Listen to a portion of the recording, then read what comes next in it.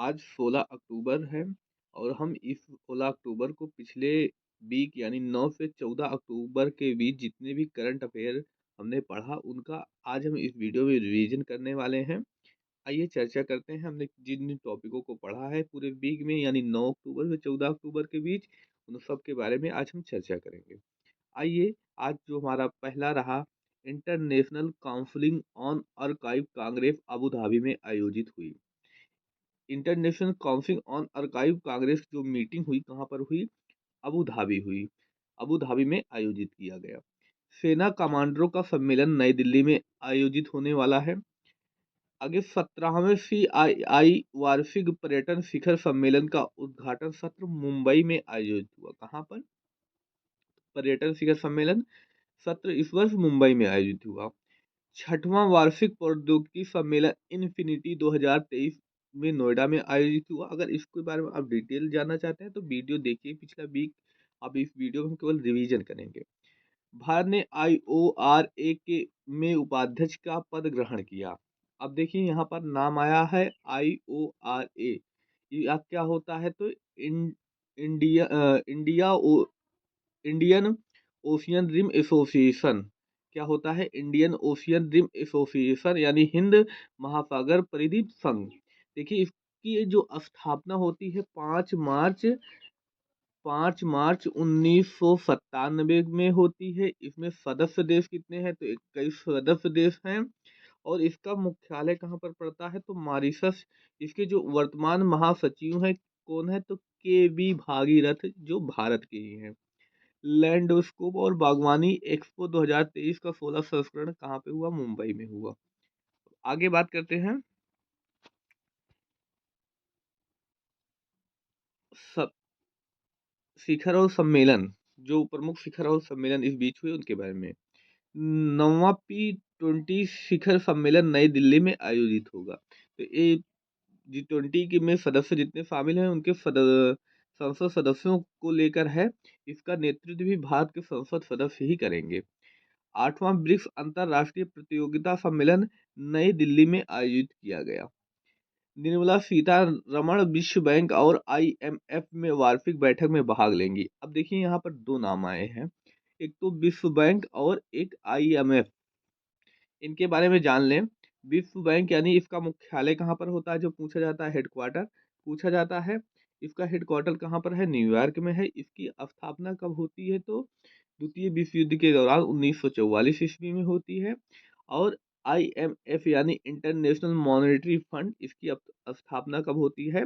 इसकी भी स्थापना जुलाई 1944 में होती है। इसका मुख्यालय कहाँ पर है तो अमेरिका के वाशिंगटन DC में। एक प्रश्न पूछा जाता है। UAE ने जलवायु परिवर्तन 2023 के अंतरराष्ट्रीय सम्मेलन की अध्यक्षता की। श्री पुरुषोत्तम रूपाला 16वीं कृषि विज्ञान कांग्रेस का उद्घाटन करेंगे।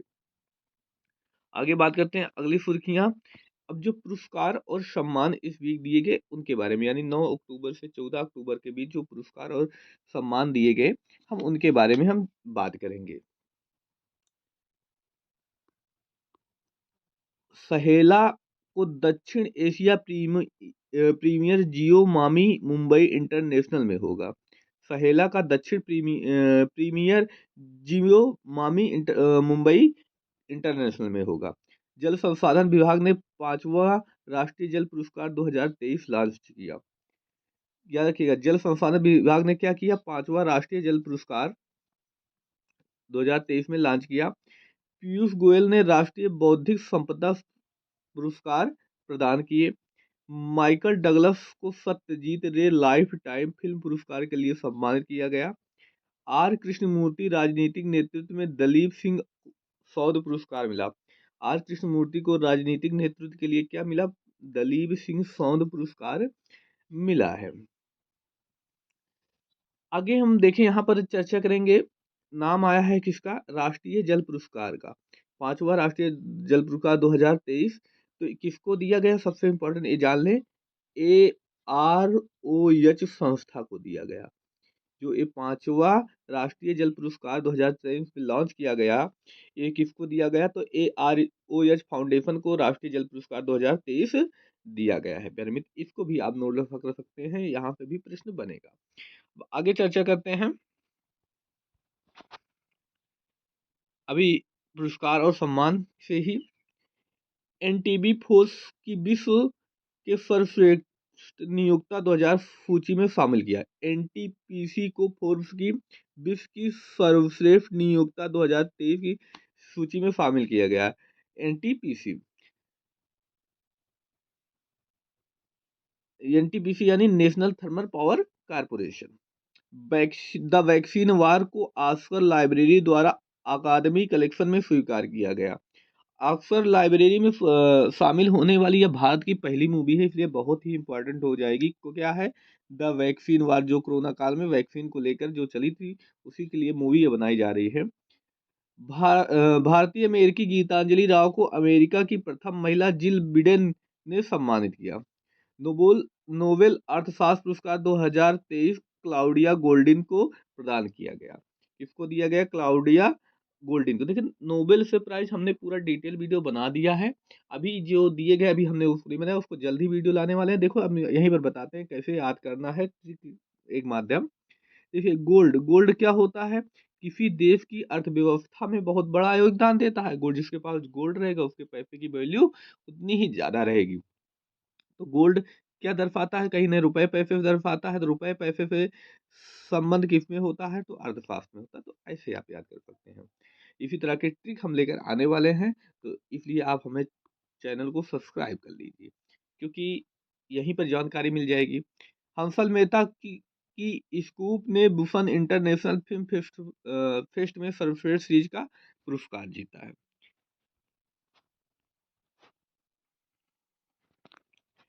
अब जो राज्य से प्रमुख सुर्खियां बनती हैं उनके बारे में हम चर्चा करेंगे।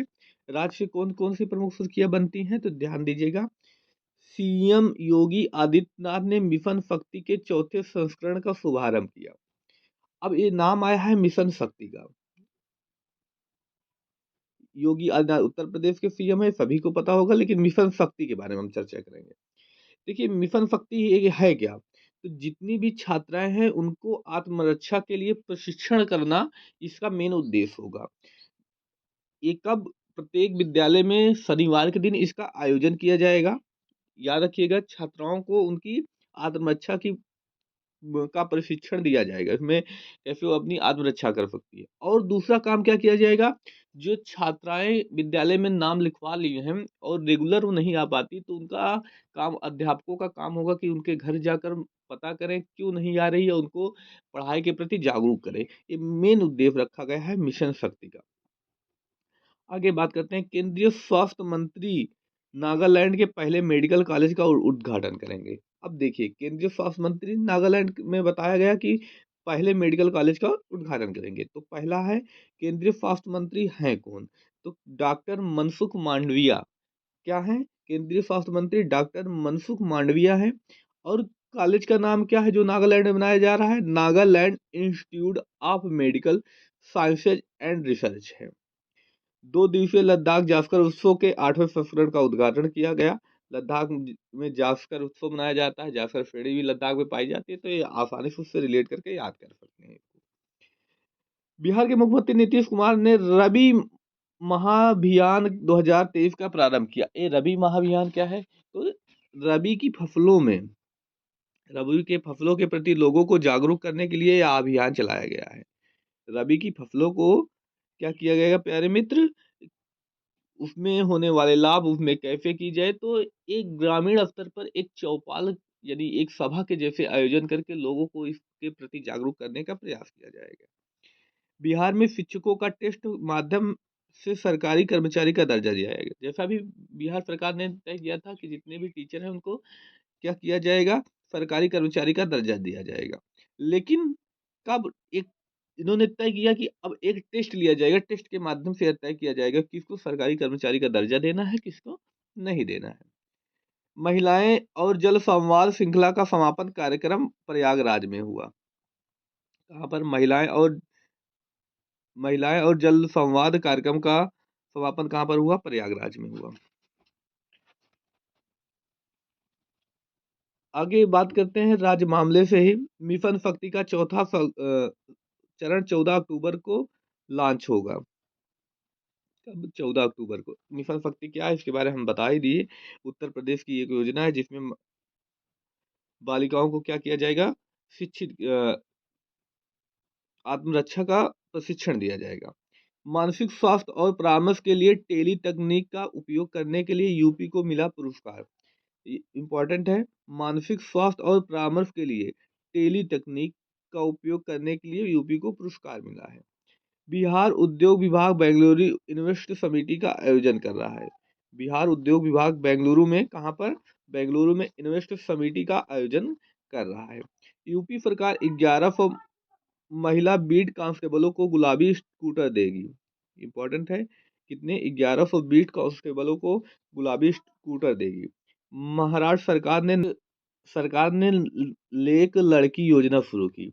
ये लेक लड़की योजना क्या थी? देखिए, इसमें भी यही है, लड़की की शिक्षा को बढ़ावा देना मेन उद्देश्य होगा, और इसमें जो आर्थिक रूप से कमजोर बालिकाएं हैं उनको जो है मदद करना, कुछ धनराशि देकर मदद करना सरकार का मुख्य उद्देश्य होगा। केरल में पहली 3D मुद्रित इमारत का उद्घाटन किया गया। 3D यानी 3D विजन वाली जो पहली इमारत है, भारत की पहली, अभी तक भारत में कोई नहीं थी, भारत में पहली बनाई गई, वो कहाँ पर बनाई गई? केरल में बनाई गई है। ये इम्पोर्टेंट है। आगे बात करते हैं अभी राज्य मामले से ही। 9 अक्टूबर से 14 अक्टूबर के बीच राज्य मामले के बारे में ही। यूपी के मुख्यमंत्री योगी आदित्यनाथ ने उन्नाव में स्वतंत्रता सेनानी राजा राव की प्रतिमा का अनावरण किया। यूके के मुख्यमंत्री ने उत्तराखंड युवा महोत्सव में रोजगार प्रयाग पोर्टल लॉन्च किया। अब यूपी के माफ कीजिएगा, यूके यानी उत्तराखंड के मुख्यमंत्री ने उत्तराखंड युवा महोत्सव में रोजगार प्रयाग पोर्टल लॉन्च किया। अब उत्तराखंड के मुख्यमंत्री कौन है? तो पुष्कर सिंह धामी है। कौन है प्यारे में? तो उत्तराखंड के मुख्यमंत्री पुष्कर सिंह धामी। एनएलसी इंडिया ने राजस्थान में 810 मेगावाट की सौर फोटोवोल्टिक परियोजना हासिल की। स्कूलों में स्मार्ट क्लास की सुविधा देने वाला बरेली पहला जिला बना। उत्तर प्रदेश का पहला जिला बना बरेली जो स्मार्ट क्लासेस प्रदान करेगा। इंपॉर्टेंट है, यूपी, उत्तराखंड और अरुणाचल प्रदेश के बाद त्रिपुरा ई कैबिनेट प्रणाली को लागू करने वाला चौथा राज्य बना। पहले यूपी में लागू की गई, उसके बाद उत्तराखंड में, फिर अरुणाचल प्रदेश में, अब त्रिपुरा भी इसको लागू कर चुका है। आगे बात करते हैं इस वीक जो प्रमुख दिवस और घटनाएं हुई उनके बारे में। इस वक्त राष्ट्रीय सिनेमा दिवस 2023 13 अक्टूबर को मनाया गया। विश्व गठिया दिवस 2023 12 अक्टूबर को मनाया गया। विश्व दृष्टि दिवस 12 अक्टूबर को मनाया गया। अंतरराष्ट्रीय बालिका दिवस 11 अक्टूबर को मनाया गया। ये वेरी इंपॉर्टेंट है। कब? अंतरराष्ट्रीय बालिका दिवस 11 अक्टूबर को बनाया गया। विश्व मानसिक स्वास्थ्य दिवस 10 अक्टूबर को। विश्व डिस्लेक्सिया जागरूक। अब देखेंगे खेल से कौन सी सुर्खियां आई, खेल से इंपॉर्टेंट सुर्खियां। 9 अक्टूबर से 14 अक्टूबर के बीच खेल से जो सुर्खियां आई उनके बारे में चर्चा करेंगे। इंग्लैंड के पूर्व कप्तान एलिस्टर कुक ने संन्यास की घोषणा की। रौनक साधवानी ने फिडे विश्व जूनियर रैपिड शतरंज चैंपियनशिप जीती। भारतीय टीम मिस्र में विश्व कैडेट शतरंज चैंपियनशिप से हट गई। अच्छा, एक प्रश्न पूछा जाए, जो शतरंज का खेल प्रारंभ हुआ, कहाँ से प्रारंभ हुआ? तो भारत से ही इसकी प्रारंभ हुआ।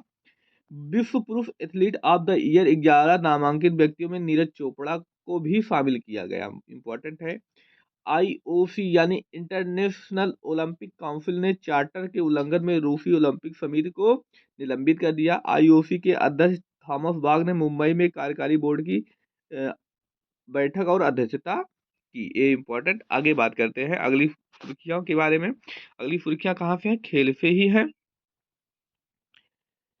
भारतीय दल ने रिकॉर्ड 107 पदकों के साथ समापन किया।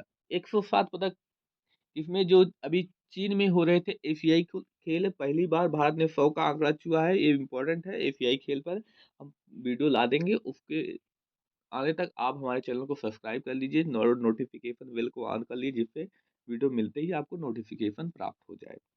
तेलुगु टाइटंस के पवन सरावत को 2.4 करोड़ रुपए की टॉप बोली लगी। देखिए, अब तक तेलुगु टाइटंस के पवन सहरावत को 2.4 करोड़ रुपए में खरीदा गया। ये फुटबॉल माफ कीजिए कबड्डी में सबसे महंगी बोली है।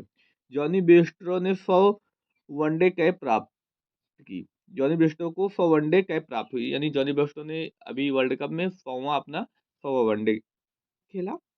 सात्विक चिराग BWF रैंकिंग में भारत के नंबर 1 जोड़ी बनी। शुभी गुप्ता ने अंडर 19 गल्फ नेशनल शतरंज चैंपियनशिप जीती। ये इंपॉर्टेंट है। क्रिकेट को 2028 में लॉस एंजल्स में जो ओलंपिक होने वाला उसमें शामिल करने की बात कही जा रही है। आगे बात करते हैं राष्ट्रीय मामले से। भारतीय रेलवे सार्वजनिक उपक्रमों और राइट लिमिटेड इरकॉन को नवरत्न का दर्जा दिया गया। इंपॉर्टेंट प्रश्न है, नवरत्न कंपनियां क्या होती हैं? कंपनियां होती हैं ना, हमने बताया भी है पिछले वीडियो में, देखिएगा आप उसको। नवरत्न कंपनियां जिसमें सरकार की हिस्सेदारी 51% या उससे अधिक होती है, यानी आधे से अधिक हिस्सेदारी सरकार की हो जाए तो उसको नवरत्न कंपनियों की श्रेणी में रखा जाता है। ओम बिरला ब्राजील की संसद P20 की अध्यक्षता सौंपेंगे। भारत में महिला श्रम बल भागीदारी दर से बढ़कर 37% हुई। हरदीप सिंह पुरी ने दिल्ली में 12वीं CGD बोली शुरू की। ऑपरेशन अजय। ऑपरेशन अजय क्या है? इजराइल से जो फंसे हुए भारतीय हैं, जो आने के लिए भारत इच्छुक है, उनको लाने के लिए आज चलाई गई भारत के रक्षा मंत्रालय द्वारा। अगली जो अंतरराष्ट्रीय मामले रहे, हमास के अचानक हमले के बाद इजराइल ने शुरू किया ऑपरेशन आयरन स्क्वाड्स। ये इंपॉर्टेंट है, किसके द्वारा चालू किया गया? तो इजराइल के द्वारा। किसके खिलाफ? हमास के खिलाफ। IMF विश्व बैंक ने 50 वर्षों में अफ्रीका में पहली बैठक की। अब IMF के बारे में हम इसी वीडियो में बता चुके हैं, तो उसको आपने देख ही लिया होगा। यूरोपीय संघ ने ग्रीन वॉशिंग से निपटने के लिए पूरी दुनिया के पहले ग्रीन ब्रांड मानकों को मंजूरी दी। श्रीलंका के कोलंबो में IORA मंत्रिपरिषद की बैठक की मेजबानी की जाएगी। IORA हमने बता ही दिया, इंडियन ओशियन रिम एसोसिएशन, यानी हिंद महासागर परिधि संघ, जिसका मुख्यालय कहाँ पर है? मॉरिशस में, जिसकी स्थापना 5 मार्च 1997 में होती है। इसमें 21 सदस्य होते हैं, जिसके महासचिव अभी KV भागीरथ जो भारत के ही हैं। तो ये थे पूरे वीक के महत्वपूर्ण जो हमने रिवीजन किया। और अगर आपको यह वीडियो पसंद आया तो अपने मित्र भाई बहन में शेयर कीजिए और ज़्यादा से ज़्यादा लोगों को जोड़िए। आप खुद भी नए हैं तो खुद भी चैनल को सब्सक्राइब कीजिए, जिससे आपको डेली करंट अफेयर की जानकारी मिलती रहे। धन्यवाद। जय हिंद।